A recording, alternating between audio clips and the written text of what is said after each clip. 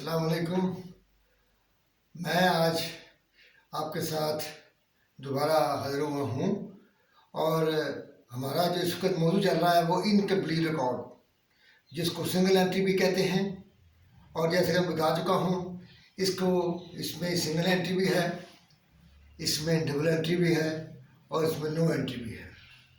No entry का मतलब ये है कि एडजस्टमेंट्स इसमें लेते ही नहीं, अक्रूवल को और डेफरल को, डेप्रिसिएशन को, बैड डेट्स को वो कुछ नहीं समझते, इतना इल्म नहीं है। इसी तरह मैंने बताया आपको कि 4 अकाउंट से मेंटेन करने पड़ते हैं, 4 या 5 अकाउंट हर हालत में, चाहे कारोबार बड़ा हो या छोटा हो, सिंगल एंट्री हो या डबल एंट्री। एक कैश बुक, एक बैंक स्टेटमेंट, एक स्टॉक, डेटर्स और क्रेडिटर्स, यानी कि अकाउंट्स रिसीवेबल और अकाउंट्स पेएबल। ये 5 अकाउंट्स उसके पास, या 5 के हिसाब किताब उसके पास में, 5 की इंफॉर्मेशन उसके पास हो। हमें ये बताया जाता है सवाल में कि यार ये 5 इंफॉर्मेशन हमारे पास हैं, इसके बैलेंसेस हमारे पास हैं। आप हमें ऐसा करें कि एक अपनी बैलेंस शीट बना के दिखाएं या प्रॉफिट लॉस अकाउंट बना के दिखाएं, जो कि आप बनाते हैं डबल एंट्री सिस्टम के बेस पर। But on the basis of this information and without the help of ledger and journal and trial balance. तो ये करने के लिए मैं आपको बता रहा हूँ कि स्टेप क्या है। वो स्टेप के मुताबिक हम ये सवाल करेंगे। पहला स्टेप है कि आप उसका ओपनिंग कैपिटल निकालें एसेट्स माइनस लायबिलिटीज से, पहला स्टेप है। उसके बाद आप प्रॉफिट लॉस बनाने के लिए शुरू करें। सेल चाहिए आपको, सेल मिलेगी डेटर्स के अकाउंट से, क्रेडिट सेल मिलेगी, उसमें कैश सेल बैंक से या कैश से मिलेगी, वहाँ से ले लें। इस तरह आपको परचेज चाहिए, परचेजेस आप क्रेडिटर्स से लें या अकाउंट्स पेएबल से क्रेडिट परचेज लें, उसमें कैश परचेज कैश बुक से या बैंक स्टेटमेंट से हासिल कर लें, आपको मिल जाएगी। कैश परचेजेज भी मिल गई और एसेट्स आपको दे देगा, एंडिंग स्टॉक और ओपनिंग स्टॉक दे देगा। इसका मतलब है कि हमारी कॉस्ट ऑफ सेल बन गई। एक्सपेंसिव भी देगा, और एक्सपेंसिव कहाँ देगा? बैंक में और कैश में। ये बताएगा ये एक्सपेंसिव हमने किए हैं और वो हमें दे देगा। उसके बाद वो आपको कहेगा जनाब हमारी इंफॉर्मेशन जो है ना वो क्या है कि इसके लिए चूँकि हम आपसे कह रहे हैं कि आप हमें पूरा सिस्टम दें, तो आपको वो डेप्रिसिएशन का रेट बताएगा, आपको ये बताएगा जनाब आपने देखने कि एसेट्स कब लिए गए, उसके बाद आपको डेप्रिसिएशन लेनी है। उसके बाद वो आपको बताएगा कि जनाब आपके पास और क्या चीज़ है, लायबिलिटीज़ वगैरह के बारे में या बैड डेट्स के बारे में आपको इन्फॉर्मेशन देगा। आपने ये तमाम चीज़ें उन तमाम कॉन्सेप्ट के ऊपर बेस करनी है जो कॉन्सेप्ट आपको दिया जा चुका है, जो आपके पास इस वक्त आपके माइंड में मौजूद है, आपके दिल में मौजूद है। आप उसको इस्तेमाल करेंगे तो मैं सबसे पहले शुरू कर रहा हूँ इस सवाल। इसमें 4 अपना लिंक्स होंगे, उन तमाम को सिर्फ इसलिए दे रहा हूँ कि आप सवाल भी कर रहा हूँ, उसको लिंक्स भी दे रहा हूँ ताकि आपके पास महफूज रहे और आपको पता चले कि पहला स्टेप क्या था, दूसरा स्टेप क्या था, तीसरा स्टेप क्या था। तो इसलिए इसको मैं शुरू कर रहा हूँ कि सबसे पहले हमें ज़रूरत है कि हमारे पास ओपनिंग कैपिटल हो। ओपनिंग कैपिटल लाने के लिए ओपनिंग बैलेंसेस ऑफ आप क्या करेंगे, एसेट्स है माइनस लायबिलिटीज, जैसा कि आपको अकाउंटिंग इक्वेशन में बताया जाता है। तो हम लेते हैं ओपनिंग कैपिटल।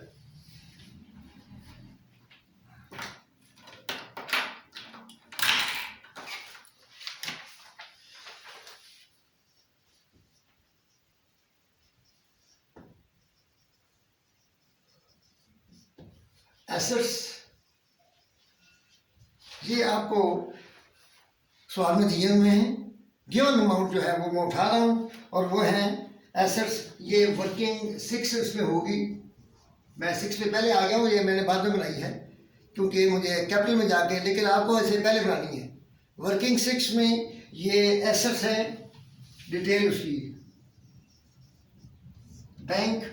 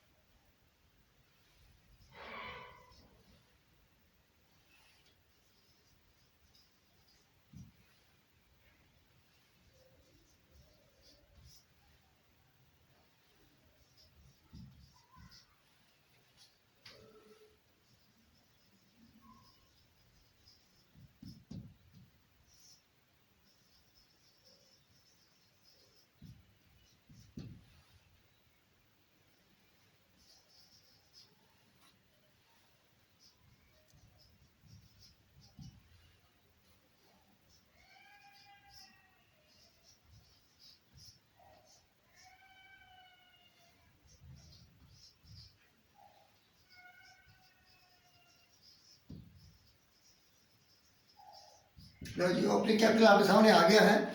आपको मैंने बताया था कि आपने ओपनिंग बैलेंस लेने हैं। यहाँ पे आप जेब में रखें ट्रेड क्रेडिटर्स का मतलब होता है वो क्रेडिटर जो परचेज के मतलब का है। इसके अलावा अगर आपने किसी के पैसे देने हैं तो अदर एक्सपेंसिव क्रेडिटर हो सकते हैं, नॉन ट्रेडिंग क्रेडिटर हो सकते हैं। ट्रेडिंग क्रेडिटर वही होते हैं जो कि परचेजेस करते हैं गुड्स की, जिसके में आप डील करते हैं परचेज फॉर रीसेल। तो ये हमारे पास ओपनिंग कैपिटल आ गया है। ये वर्किंग आपने याद रखनी है। अब हम चलते हैं कि हमने बनाना है प्रॉफिट लॉस को। सेल चाहिए हमें, सेल के लिए डेटर का अकाउंट बनाना चाहिए।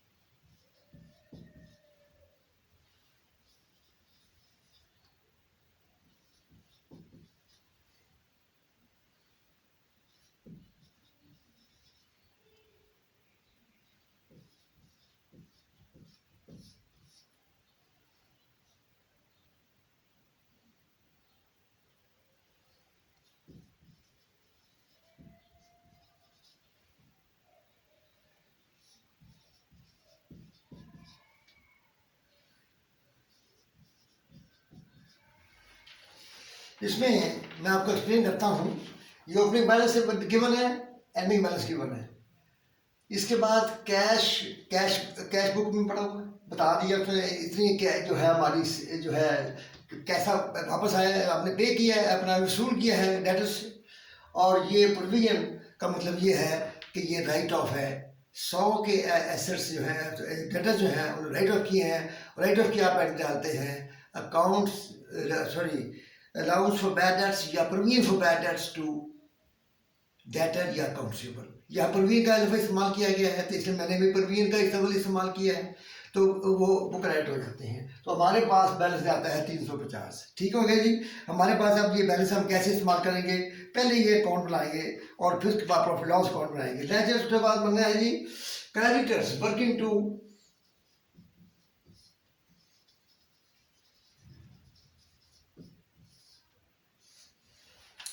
फिर वही तरीके का मैं बनाता हूँ और उसके बाद एक्सप्लेन करता हूँ आपको मैं कि ये क्या है।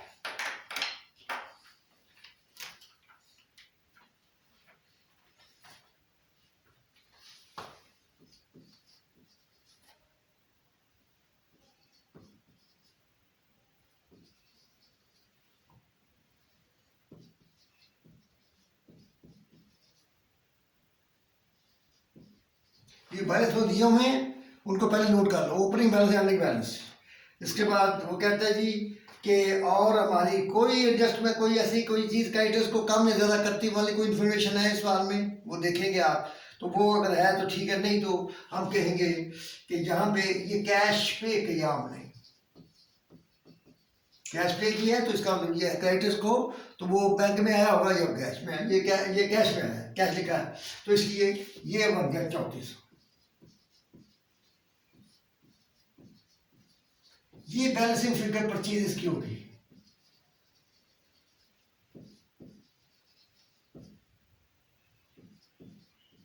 ये हमें मुकम्मल होती है जब तो परचेजेस होगी तो क्रेडिट होते हैं।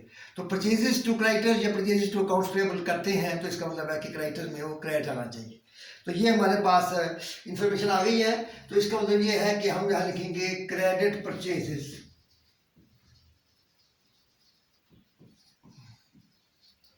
Cash purchases.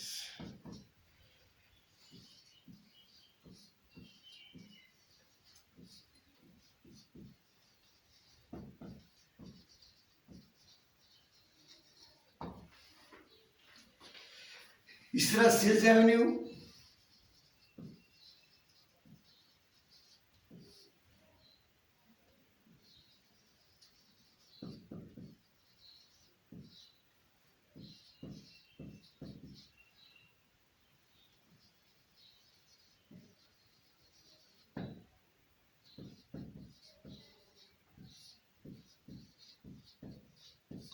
वहाँ लिखा हुआ कैश टेकिंग, तो वो कैश सेल है।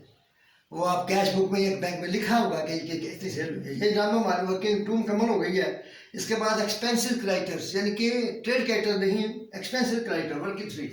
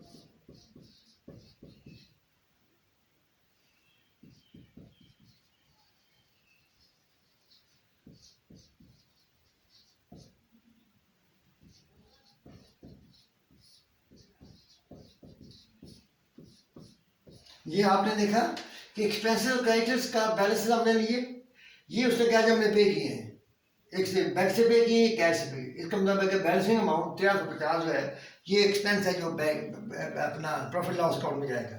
प्रोविजन वर्किंग फॉर प्रोविजन या अलाउंस,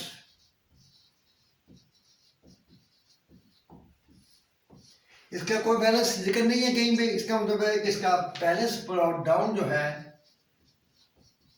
वो 0 है, कोई नहीं दिया हुआ, हमने ले लेंगे। अकाउंटेबल जब आपने राइट ऑफ किए तो वहाँ आपकी एंट्री है provision for bad debts to accountable या डेटर, आपने यहाँ लिखा। उसके बाद आपके 350 रह गए हैं। उसने कहा कि इसका 10% जो है वो आपने रखना है as a balance for provision for bad debts का बैलेंस। तो इसका मतलब इसका 10% लेंगे तो कितना आएगा 35, ये बैलेंस हम लेंगे। कैरी डाउन 35, ये 135 हो जाएगा। तो 135 जो है बैड डेट्स होंगे। ये इस तरीके से हमारा ये खत्म हो जाएगा। उसके बाद कैश अकाउंट हमने बनाना है वर्किंग 5। क्योंकि सवाल में उसने लिखेंगे, आप लिखा हुआ है ड्राइंग को खाली छोड़ दिया है, इसका मतलब बैलेंसिंग फिगर ड्राइंग क्यों, तो बैलेंस उसका लेते हैं हम।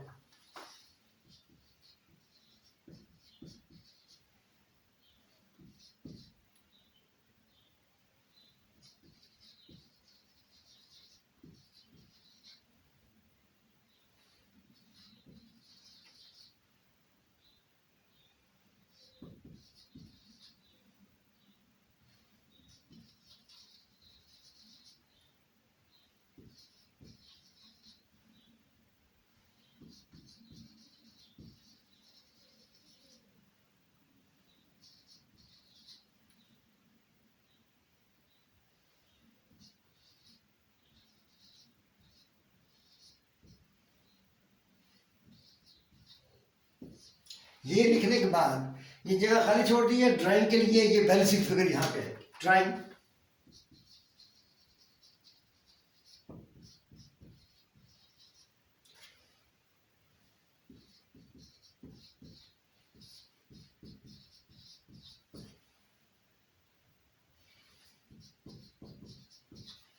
तो जनाब ये आपके जो ज़रूरी थे वो तमाम हमने नोट कर लिए हैं, और ये हमारे पास लेजर मौजूद है। इनकी तमाम की इंफॉर्मेशन हम आप प्रॉफिट लॉस में फिट कर देंगे और वो हम वहाँ पे हमारा प्रॉफिट लॉस अकाउंट बन जाएगा। तो ठीक है जी, इसको हम बनाना हो तो आप ये इसको देखिए।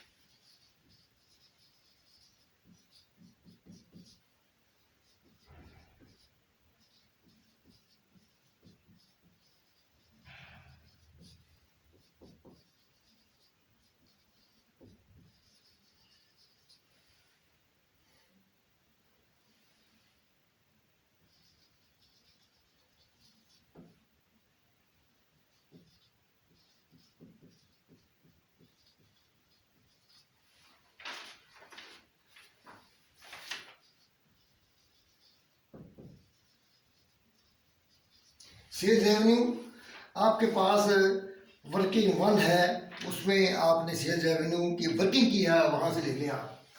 मैं यहाँ रेफरेंस दे रहा हूँ वर्किंग वन 7,850। ठीक हो गया जी। ये वर्किंग जो की है वहाँ से हम बेफिक्रे उठाएंगे बस। Opening stock, cost of cell,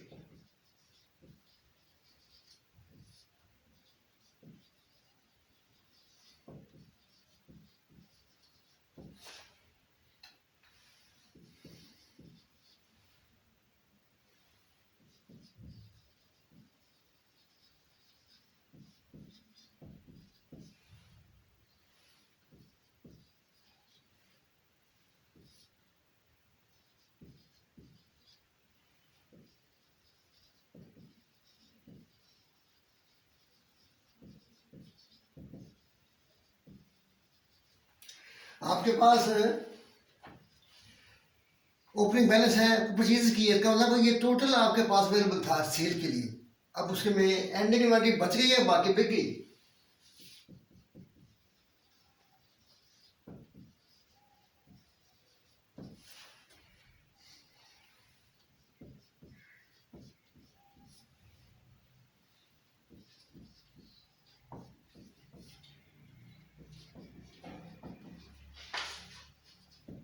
ये आपका ग्रॉस प्रॉफिट आ गया है। Sales revenue minus cost of goods sold. Expenses आप लिखेंगे आप।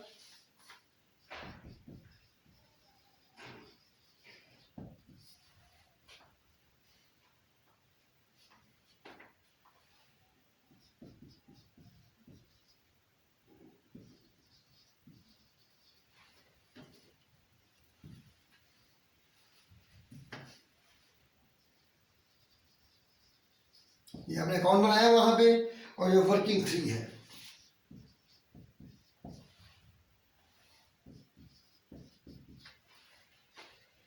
बैड डेट्स,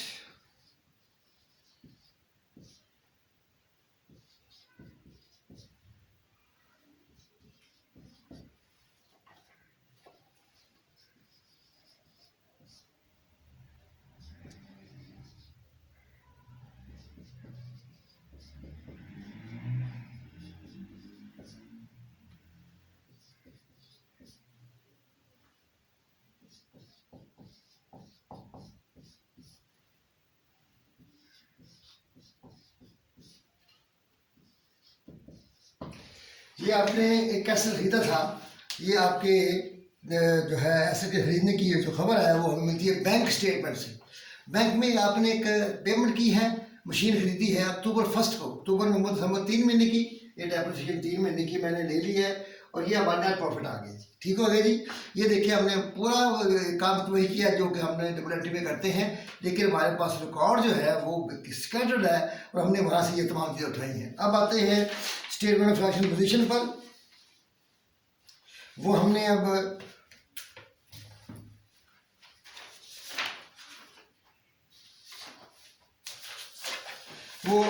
हमने यहाँ पे देनी है, तो वो उसी तरीके से जैसे कि हम बनाते हैं वो हम बनाएंगे इंशाल्लाह।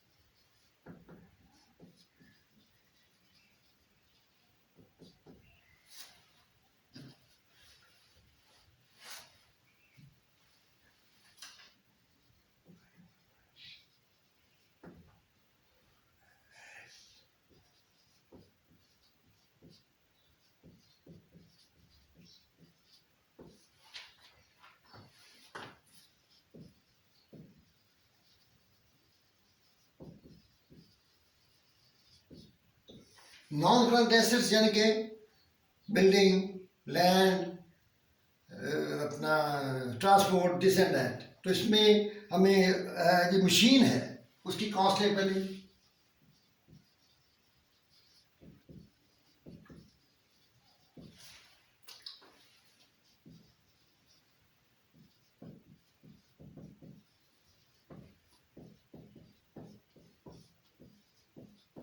ये कॉस्ट थी और आपने इस साल 50 रुपए की लिया तो उसी आधी डाली आपने depreciation to cover depreciation.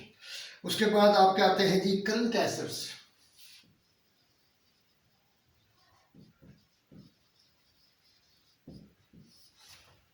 Current assets में आते हैं स्टॉक, कैश, बैंक और अपना इस तरह अपना क्या कहते हैं डेटर्स। और ये वो हैं जो एक साल में हमें पे करने रिकवरेबल होते हैं और करंट लायबिलिटी वो होती है जो एक साल में पे करनी होती है। तो इसमें सबसे पहले स्टॉक लेंगे।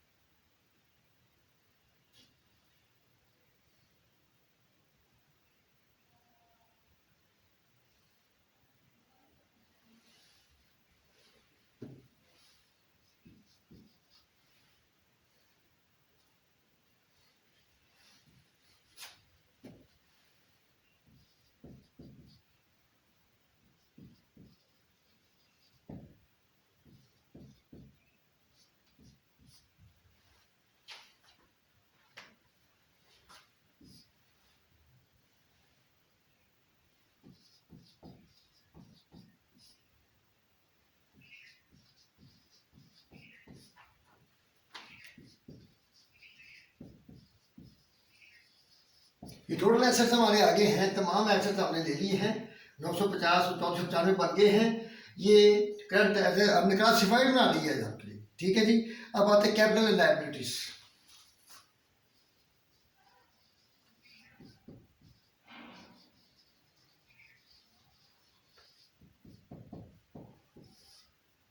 ओपनिंग कैपिटल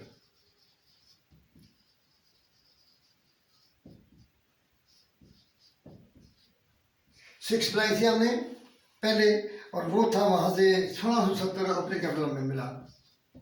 इसमें आप प्रॉफिट जमा करेंगे सबसे पहले। प्रॉफिट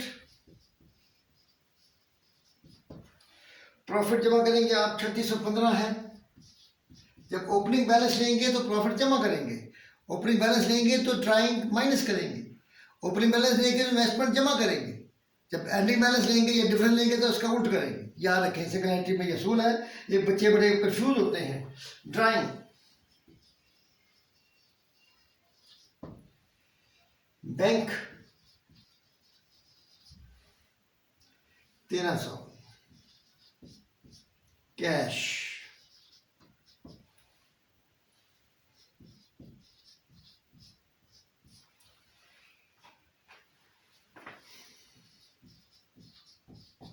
ये हमारे कैपिटल आ गए 2445। ये आप जमा करेंगे तो बिल्कुल ठीक होगा इंशाल्लाह। करंट लायबिलिटीज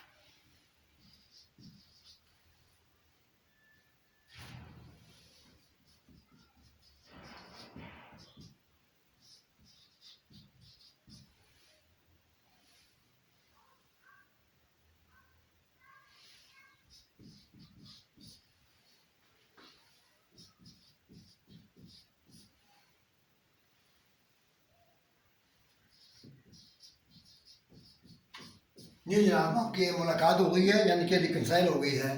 तो आपने देखा कि उसी से हमने तमाम चीज़ें जो हैं वो ड्राइव करके तो एक दोबारा वो चीज़ बनानी है। वो कैसे कि स्कैटर्ड डाटा है, लेकिन उसको हमने इस तरीके से इकट्ठा करना है जिस तरीके से हम ट्रायल बैलेंस में एक क्लासीफाइड होकर हमारे पास आती है, यह हमने उसे क्लासीफाई करना है।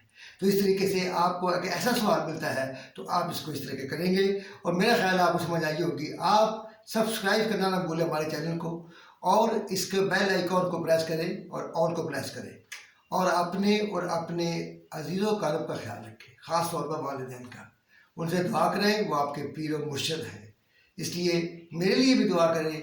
और मैं दुआ गो हूँ कि आपको अल्लाह ताला इम्तिहान में कामयाब करे। इस वीडियो को पहले से लेकर आखिर तक देखें, और उसके बाद आप इसको फैसला करें क्या करना है। क्या सवाल है आपका, वो सवाल हमसे करें कमेंट्स में, इंशाल्लाह जवाब दूंगा।